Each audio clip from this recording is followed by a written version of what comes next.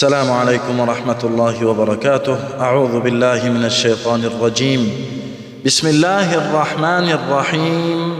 رب اشرح لي صدري ويسر لي أمري واحلل عقدة من لساني يفقه قولي. رسول الله صلی الله علیه و سلم با مسلمانان در منطقه بدر در جایی که عدوة الدنیا نامیده میشد در همون جا ایستادند و به رسول الله صلی الله علیه و سلم خیمه زدند. قریشی ها باشند از طرف مکه آمدند و در عدوة القصوى ایستادند. هر دوی این جایها در منطقه بدر است. بین این جایها یعنی یک مسافه اونقدر زیادی نیست، در یک منطقه قرار دارد. ابو سفیان باشد با قافله‌اش راه را دیگر کرد و به نزدیکی بحر سرخ حرکت کرد و نجات یافت، قافله را نجات داد. رسول الله صلی الله علیه و سلم با قریشی ها مصلحت نکرده بودند که آنها در بدر وام خورند، ولی حکمتی بود. الله متعال هر دو گروه را به همین منطقه آورد و این حادثه را الله متعال به ما در سوره انفال نقل کرده است. اذ انتم بالعدوة الدنيا وهم بالعدوة القصوى والركب اسفل منكم ولو تواعدتم لاختلفتم في الميعاد ولكن ليقضي الله أمرا كان مفعولا ليهلك من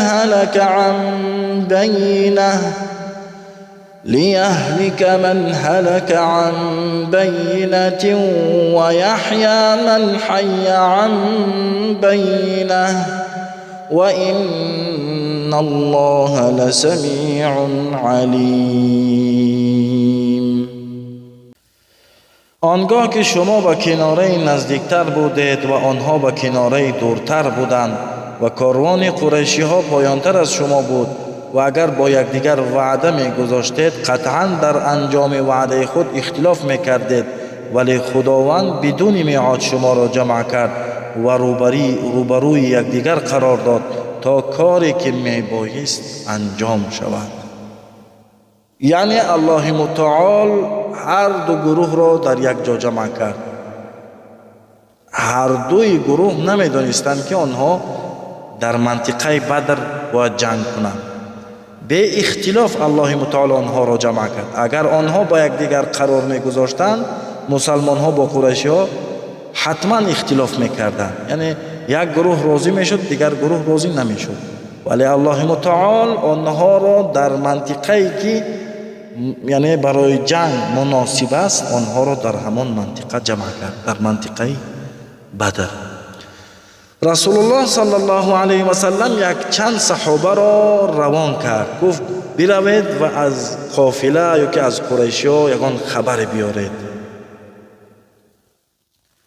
صحابه ها برآمدند، دو غلامی را دیدند که آب می گرفتند، هر دوشان را اسیر گرفتند و به نزد رسول الله صلی الله علیه و سلم آوردند. رسول الله صلی الله علیه و سلم در حالت نمازخوانی بود. صحابه ها غلام ها را پرسیدند از کجا آمدید؟ گفتند از مکه. با کی آمدید؟ گفتند با لشکر قریشی ها.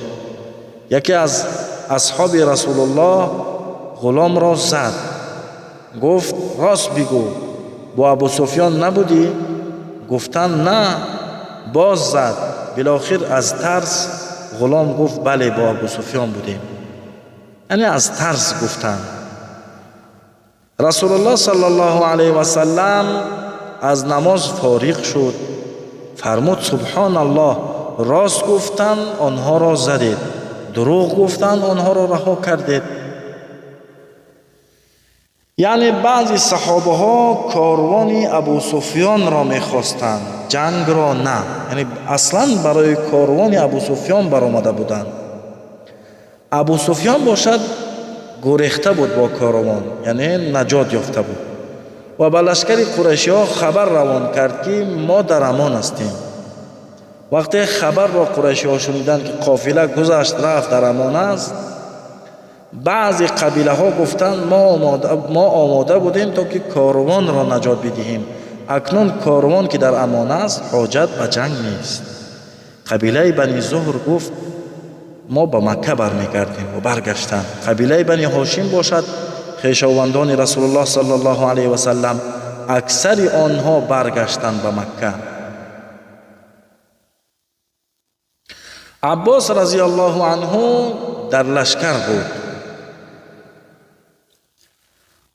او با لشکر قریشی ها مانده بود در همان جا در بدر. حکیم ابن حزام به نزد عتبه آمد و گفت ای عتبه، کاروان به مکه برگشت، یعنی به مکه رسید یا اینکه میرسد. ما آمدیم تا که کاروان را نجات بدهیم که اکنون کاروان در امان است، حاجت به جنگ نیست دیگر. اگر جنگ کنیم فرزندان و خویشاوندان خود را میکشیم. لشکر را جمع کن و به آنها بگو برگردند. عتبه راضی شد. عتبه در جای بلندی ایستاد شد و لشکر را جمع کرد، یعنی قریشی ها را جمع کرد و گفت کاروان یعنی قافله در امان است، به طرف مکه رفت، تمام برمیگردیم. مردم راضی شدند، هیچ کسی نمیخواست جنگ کند. مردم تیاری برای برگشتن را دیدند. ابو جهل لعنه الله شیطان زمان گفت همه شما را محمد جادو کرده است و جادوی محمد بر شما تأثیر کرده است و خدا قسم بر نمیگردیم. ابو جهل عامر حضری را به نزد خود خواند. پسر عامر را مسلمان ها کشته بودند وقتی که به قافله حمله کردند. ابو جهل گفت ای عامر، مردم میخواهند برگردند، پسرت را مسلمانان کشته بودند، قصد پسرت را نمیگیری؟ قصد پسرت چی میشود؟ عامر خاک را گرفت و بر سر خود پاشید و گفت وای بر حال من، پسر من را کشتند و شما به مکه برمیگردید. اگر پسر شما را میکشتند این طور نمیکردید. لشکر قریشی ها به طرف مکه اکنون در حالت حرکت بود. وقتی سخنان عامر را شنیدند برگشتند و تیاری جنگ را دیدند. تا حال مسلمان ها و قریشی ها نمیدانستند که آنها در یک منطقه هستند، در منطقه بدر. رسول الله صلی الله علیه و سلم با ابوبکر صدیق رضی الله عنه برآمد تا ببینند چه خبر است. یک پیرمردی را دیدند که از دور می آید. وقتی نزدیک شد به نزد رسول الله صلی الله علیه و سلم رسید، پرسیدند ای پیرمرد، آیا از قریشی ها خبری نداری؟ پیرمرد پرسید شما کی هستید؟ رسول خدا فرمود اول تو بگو از قریشی ها یگان خبری داری؟ پیرمرد گفت شنیدم فلان روز قریشی ها از مکه برآمدند و اکنون در جای عدوة القصوا هستند و شنیدم محمد در جایی که عدوة الدنیا نام دارد در همونجا هست. یعنی به یکدیگر نزدیک بودند. بین آنها، بین رسول الله و قریشی ها یک کوهی بود، ولی در یک منطقه بدر قرار داشتند و یکدیگر را نمیدیدند. رسول الله صلی الله علیه و سلم فرمود از کاروان ابو سفیان خبر داری؟ پیرمرد گفت از کاروان هیچ خبر ندارم. پیرمرد پرسید شما از کجا هستید؟ شما کی هستید؟ رسول خدا فرمود ما از آب هستیم. پیرمرد گفت از کدام آب؟ رسول خدا دیگر جواب نداد. یعنی رسول الله صلی الله علیه و سلم با پیرمرد گفت ما از آب هستیم، از آبی که همه انسان از آب خلق شده است، از آب انسان خلق شده است.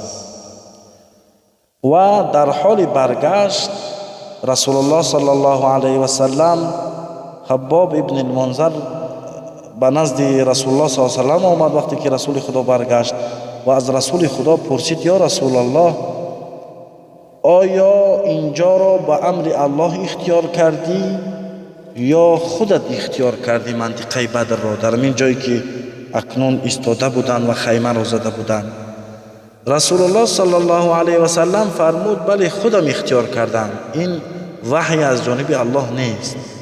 حباب گفت یا رسول الله اینجا مناسب نیست برای جنگ. رسول خدا فرمود چرا؟ حباب گفت بجای می رویم که چاهی آب داشته باشد، چاهی دیگر را بند میکنیم. یعنی 2 تا چاه بود، اکنون حباب میگوید که این چاه را بند میکنیم، دیگر آب خورده نتوانند از این و به نزد چاه دیگر میرویم، در همانجا خیمه را میزنیم و در همانجا منتظر میشویم. رسول الله صلی الله علیه و سلم فرمود درست گفتی. مسلمانان حرکت کردند به نزد چاه بدر و در همانجا ایستادند و چاه دیگر را با سنگ‌ها بند کردند و در نزد چاه ایستادند. رسول الله صلی الله علیه و سلم امر کرد که در نزد چاه حوض بنا کنند، یک جای بنا کنند که حوض باشد، در آن آب داشته باشد، تا اینکه کسی که وقتی جنگ تشنه شود از آن با آسانی آب نوشد. پیش از این که به نزد چاه بیایند بسیار با مشکل آب را می گرفتند. یعنی شاید که چاه بسیار چقور بود یا که آبش کم بود، چاهی که بندش کردند بسیار با مشکل آب می گرفتند. إذ يغشيكم النعاس أمنة منه وينزل عليكم من السماء ماء ليطهركم به ويذهب عنكم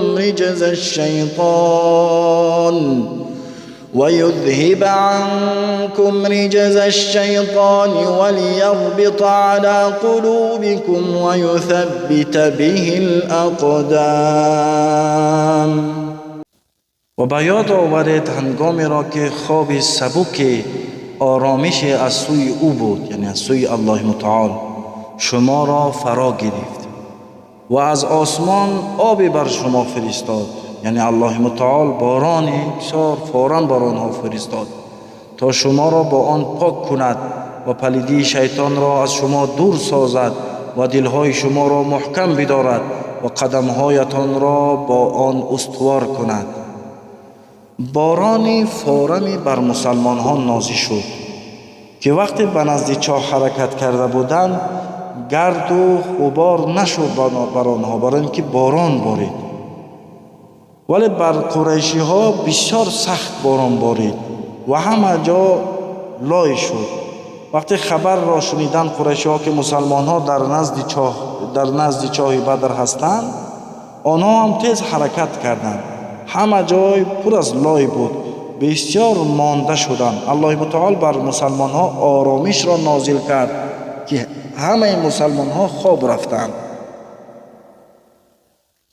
یعنی بسیار مانده شده بودند، استراحت کردند. یکی از صحابی ها میگوید شمشیرم از دستم 7 مرتبه افتید، یعنی شمشیر خود را گرفته بود، خوابش میبرد، 7 مرتبه شمشیرش از دستش میافتید. یعنی بسیار خوب مسلمان ها استراحت کردند و برای جنگ تیار شدند.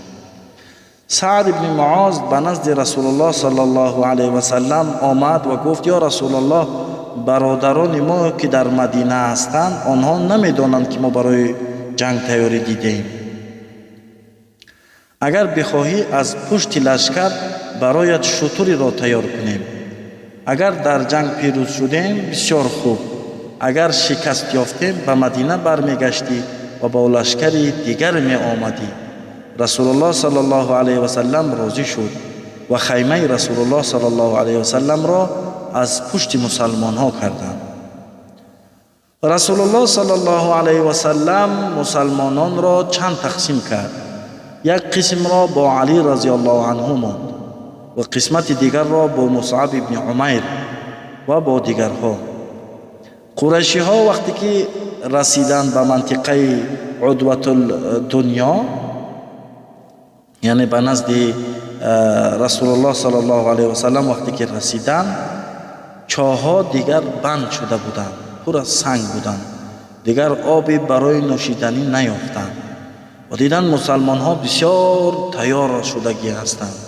یعنی استراحت کردن و تیار هستند برای جنگ، آماده هستند.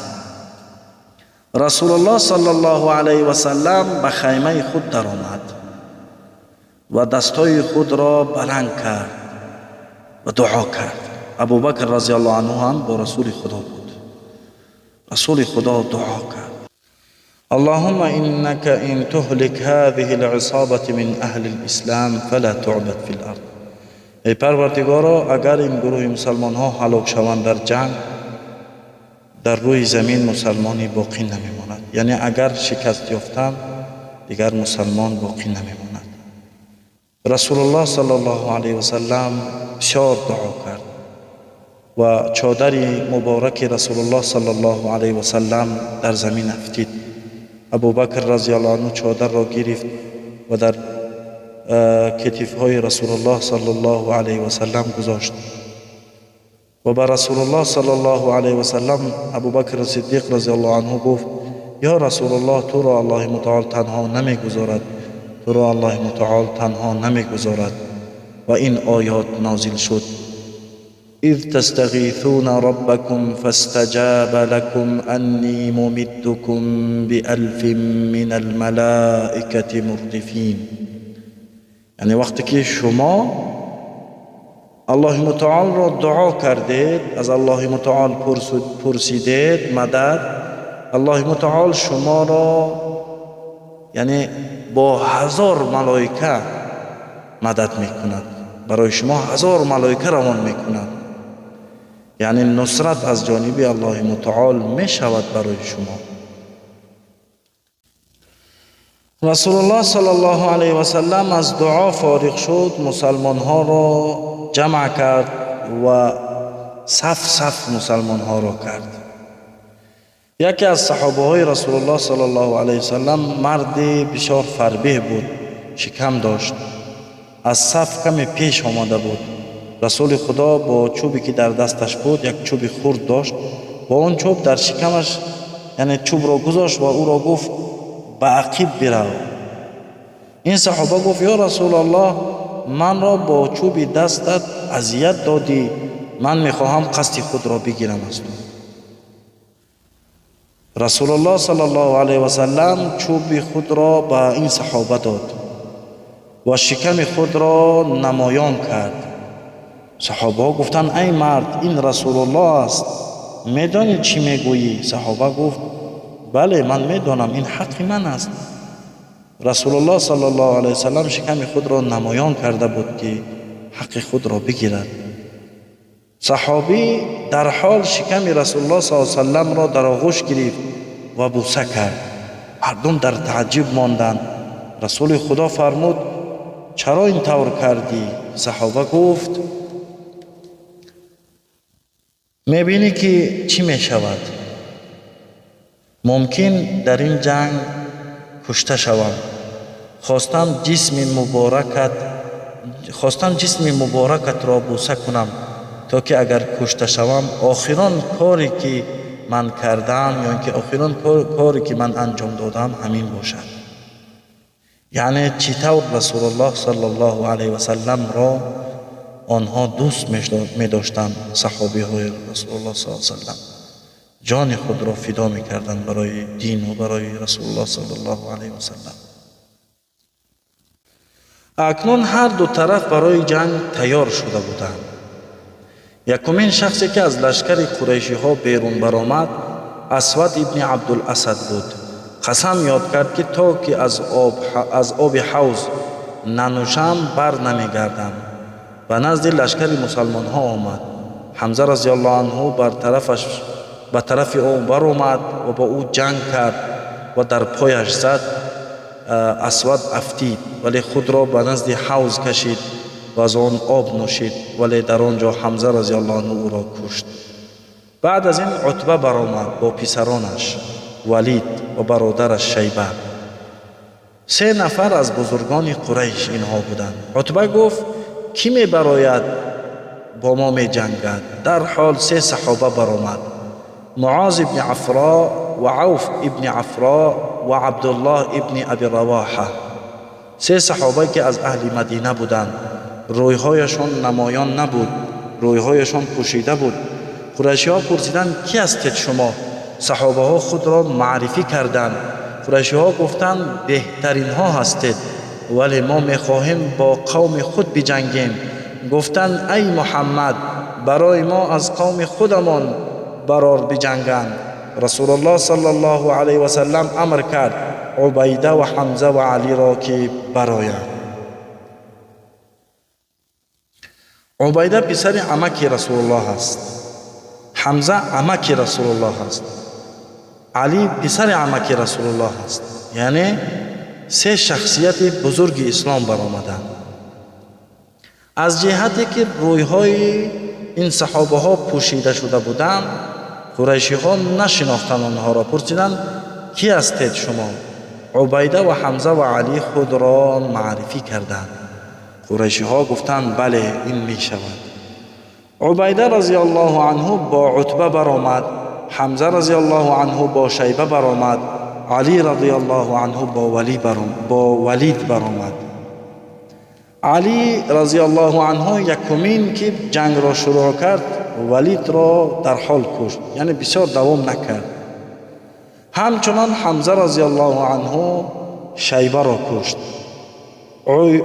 عبیده و عتبه با یکدیگر جنگ کردند و یکدیگر را زخمی کردند. هر دوشان افتیده بودند، زخمی بودند ولی زنده بودند.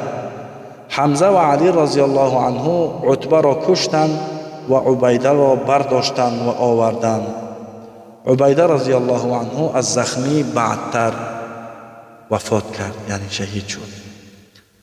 بعد از کشته شدن 4 نفری از قریشی ها که بزرگان قریش بودند، دیگر قریشی ها نخواستند با این طریقه جنگ کنند و گفتند بر مسلمان ها یک و یک باره حمله میکنیم. رسول خدا دید که قریشی ها جمع می شوند، فهمید که آنها اکنون جمع می شوند و یک و یک باره حمله می خواهند بکنند. فرمود با زانوهای خود بایستید و خود را حمایت کنید. رسول الله صلی الله علیه و سلم پیش از شروع شدن جنگ با مسلمان ها سخن کرد. فرمود به خدا سوگند کسی از شما کشته می شود به جنت می درآید که مثل آسمان ها و زمین بزرگ است آن جنت. عمیر ابن حمام رضی الله عنه خرما می خورد. گفت یا رسول الله چی گفتی؟ رسول خدا فرمود یا عمیر به خدا سوگند کسی از شما کشته می شود به جنت می درآید که آن جنت مثل آسمان ها و زمین بزرگ است. عمیر در تعجب ماند. رسول خدا فرمود چی شد تو را ای عمیر؟ عمیر گفت یا رسول الله اگر کشته شوم به جنت می روم؟ رسول خدا فرمود بله. عمیر در دستش خرما داشت، آن خرماها را گذاشت و به جنگ در آمد. وقتی که جنگ شروع شد به جنگ در آمد و در جنگ کشته شد. خب وقتی که قریشی ها حمله کردند، مسلمان ها از جایهای خود خستند در حال و خود را از جهت حمایت میکردند و از جهت جنگ میکردند. یک طریقه نوعی طریقه جنگ بود. قریشی ها در حیرت ماندند، گفتند محمد این چه طریقه را اختیار کرده است برای جنگ؟ و وقتی که جنگ شروع شد، غلام عمر بن الخطاب شهید شد، با او تیر رسید شهید شد. و باز حارثه ابن سراقه این صحابه را هم تیر رسید شهید شد، ولی نمیدانستند که از کجا تیر رسید، کی او را کشت. ولی به او تیر رسید و او یعنی 2 صحابه در یک وقت شهید شدند. و رسول الله صلی الله علیه و سلم با ابوبکر صدیق به خیمه برگشتند. رسول الله صلی الله علیه و سلم نماز می‌خواند، دعا می‌کرد، بسیار استاد دعا کرد، مانده شد، سخت خوابش گرفت و کمی خواب رفت و بعدتر از خوابش خیست. بسیار خوشحال بود. ابوبکر رضی الله عنه در نزد رسول خدا بود. پرسید چی شده است یا رسول الله؟ چی شده است؟ چرا اینقدر خوشحال هستی؟ رسول خدا فرمود خوشخبری است، جبرائیل را دیدم که بر اسب سفید با 1000 ملائکه اسب سوار آمدند و اکنون یکجا با مسلمان ها شدند و ضد قریشی ها می جنگند. پیش از این ملائک در جنگ ها اشتراک نکرده بودند. جنگ بدر یک جنگ بزرگ است و کسانی که در بدر بودند شخصیت های بزرگ هستند از صحابه ها. رسول الله صلی الله علیه و سلم از خیمه خود برآمد و کمی خاک را گرفت و بر مشرکان پاشید و فرمود زشت باد صورتهای شما. بعضی از کسانی که در جنگ بودند و بعد مسلمان شدند میگویند خاکی که رسول الله صلی الله علیه و سلم پاشیده بود بر یعنی قریشی ها، وقتی که خاک را پاشید به چشمه های قریشی ها در آمد. یعنی رسول خدا چقدر هم که پاشیده باشد الله متعال خاک را به دور برد و همان خاک و سنگهای خود به چشمه های قریشی ها در آمد و قریشی ها هر کسی چشمه های خود را صاف میکرد. الله متعال فرمود اعوذ بالله من الشیطان الرجیم و ما رمیت اذ رمیت ولكن الله رمی ولكن الله رمی. و هنگامی که به سوی آنها خاک و سنگ انداختی تو نینداختی بلکه خدا انداخت. الله متعال آنها را کشت. فلم تقتلوهم ولكن الله قتلهم. پس شما آنها را نکشتید بلکه الله متعال آنها را کشت. رسول الله صلی الله علیه و سلم در حال امر کرد که ابوالبختوری را نکشید. شخصی که رسول الله صلی الله علیه و سلم و خویشاوندانش را سبب شده بود که از حصاری که وقتی که رسول خدا در مکه بودند مسلمان ها را با خویشاوندان رسول الله صلی الله علیه و سلم از مکه بیرون کردند و در صحرا بودند، گرسنه بودند، آنها را در حصار گرفتند. ابوالبختوری سبب شده بود که این حصار را شکست و مسلمان ها و خویشاوندان رسول الله صلی الله علیه و سلم را از آنجا برآمد، آنها به مکه برگشتند. برای همین رسول الله صلی الله علیه و سلم احترام برایش کرد و فرمود او را نکشید، او را اسیر بگیرید و او را نکشید. همچنین رسول خدا فرمود بنی هاشم را نکشید، یعنی قبیله‌ای که خویشاوندان رسول الله صلی الله علیه و سلم هستند آنها را نکشید. آنها نمیخواستند جنگ کنند، آنها ناراضی به جنگ آمدند. همچنان فرمود عباس را نکشید، یعنی عمک خود را فرمود او را نکشید. ابو حذیفه پسر عتبه بود، سخن سختی یعنی جواب داد. گفت چطور عباس را نمیکشیم؟ پدر من کشته شد عتبه، اکنون عباس کشته نمی شود. و خدا قسم اگر با عباس روبرو شوم با شمشیر بر رویش میزنم. این سخن را به رسول الله صلی الله علیه و سلم رساندند. رسول خدا با عمر رضی الله عنه ایستاده بود. فرمود ای عمر، آیا در روی عمک رسول الله با شمشیر زده می شود؟ عمر رضی الله عنه شمشیر خود را برآورد و گفت یا رسول الله اجازت بده من سر او را جدا می کنم. ابو حذیفه منافقی کرده است. رسول الله صلی الله علیه و سلم فرمود نه حاجت نیست به این کار. ابو حذیفه بعد از جنگ به نزد رسول خدا آمد و بخشش پرسید. یعنی ابو حذیفه هم انسان است، خطا کرد. به نزد رسول خدا آمد و بخشش پرسید. گفت نمیدانم چطور گفتم، این سخن چطور از دهان من برآمد خودم نمیدانم. ابوالبختوری با یکی از رفیقانش ایستاده بود. یک چند نفر از اهل مدینه ابوالبختوری را دیدند.